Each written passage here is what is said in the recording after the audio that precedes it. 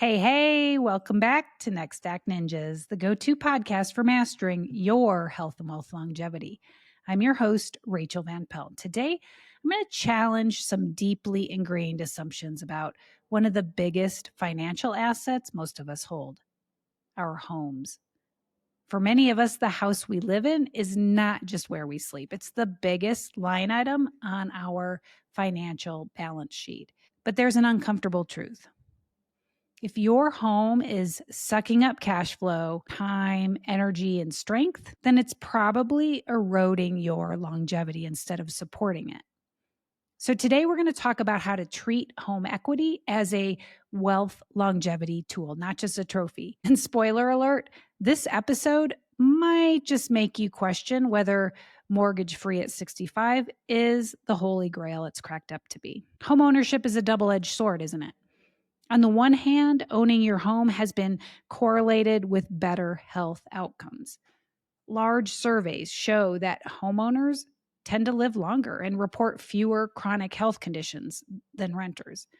But when you peel back the layers, most of that health advantage isn't about homeownership itself. It's about financial stability. Sure, if owning a home gives you stability, autonomy, and freedom from the volatility of rent, yes, it's beneficial. But if your home is draining your liquidity, tying you to a location that no longer supports your lifestyle, or forcing you to climb stairs long after your body can handle it, then that so-called asset is becoming a liability. Think about it. A $1 million house that, even with a paid off mortgage, eats up 30 to 40K per year in taxes, insurance, maintenance, and utilities is not a trophy. It's a weight, especially if you don't need all that space.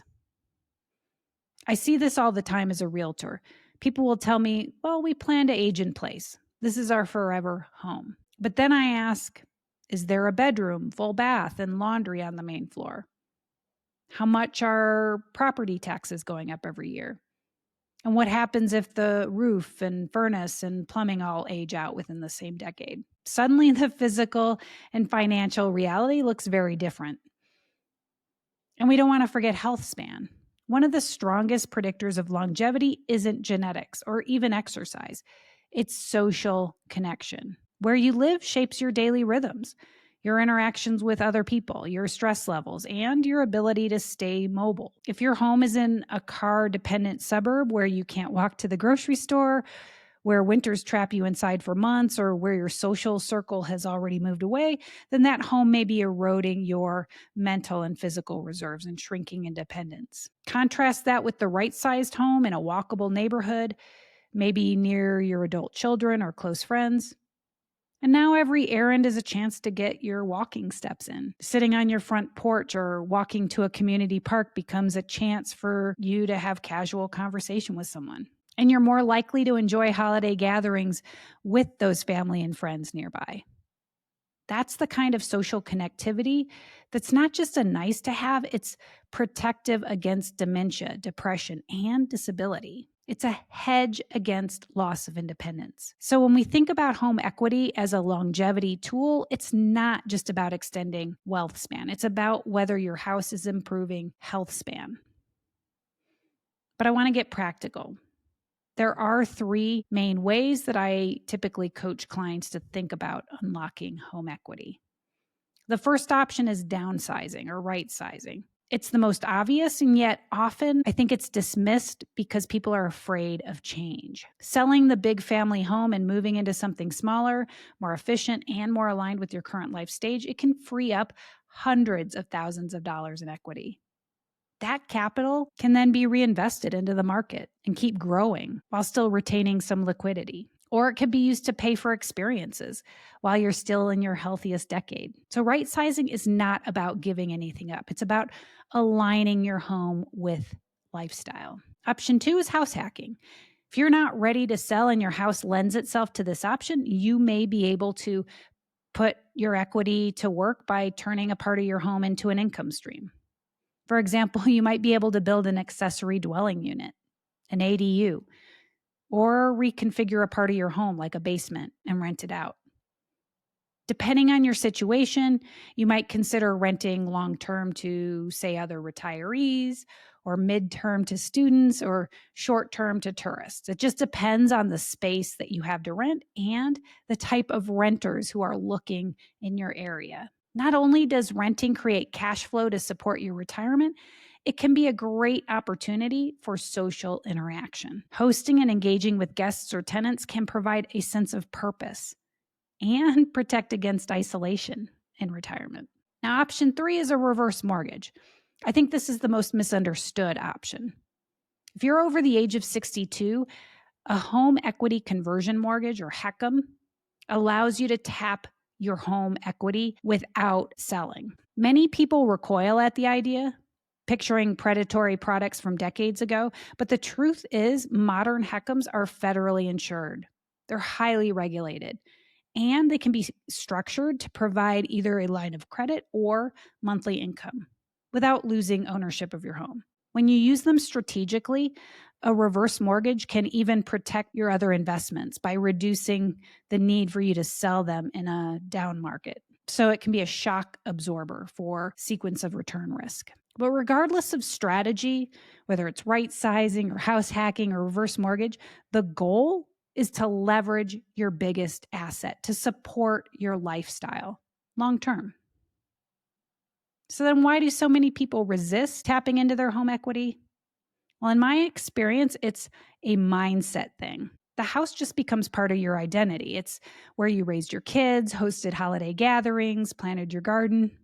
So letting go of it feels like you're letting go a part of yourself.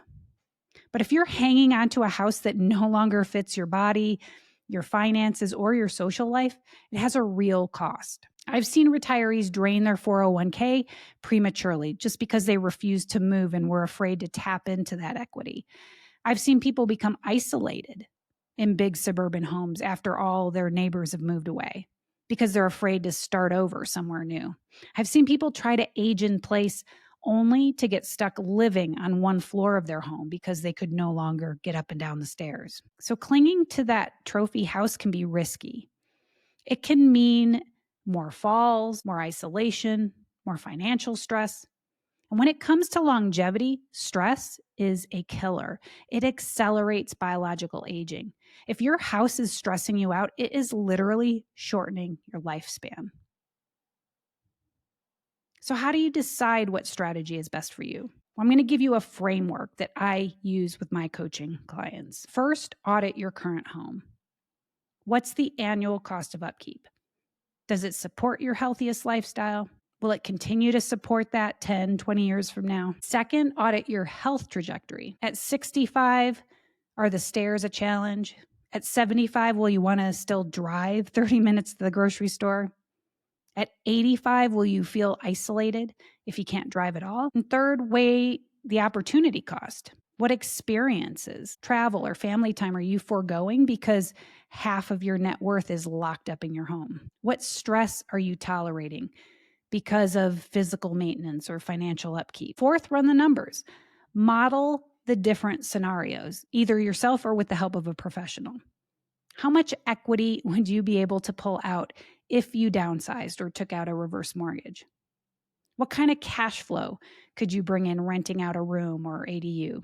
And then how would that change your financial outlook 10, 20 years from now? Most people are surprised when they see just how much breathing room it creates. I know some of you are thinking, but Rachel, I've worked hard to own my home free and clear. Isn't that the goal? Yes and no. Living mortgage-free is liberating, and it will reduce living expenses. But if the remaining carrying costs and maintenance of that home remain burdensome, then it's a hollow victory. You haven't really achieved the financial breathing room that you were hoping for. Another objection I hear a lot is, well, what about leaving the house to my kids? And to that I say, let's be real. Most loving adult children would much rather that you live a vibrant life and use your equity to travel, stay healthy, and enjoy time with them. They don't want to inherit a house you spent your final decades struggling to maintain. And these days, few will choose to live in the home you bequeath. Your kids are more likely to just sell, divvy up the proceeds, and move on with their life. Not because they didn't cherish the memories that you built in that home, but because it's what aligns with their current lifestyle. So you may as well make decisions now that fit your lifestyle. The utility of your home is in how well it supports you today, not your kids in some hypothetical future. So here's my challenge for you this week. Grab a notebook and answer 3 simple questions. First, is my home helping me live longer, healthier, more connected? 2, if not, then what strategy would most support my lifestyle longevity? Right sizing, house hacking, reverse mortgage. And 3, what's the smallest next step I can take today? If right sizing makes sense, maybe you start by calling a realtor or you walk through an open house in a more walkable area. If house hacking is an option, maybe you start planning how to configure that basement or ADU for a renter. If you think a reverse mortgage is needed, call a lender who specializes in HECMs and get a quote. Just keeping in mind, you don't have to follow any of these paths to their conclusion. Talking to a realtor or lender doesn't obligate you to anything. You're just doing your due diligence when you talk to someone who can walk you through those options. So go ahead and take that first small step.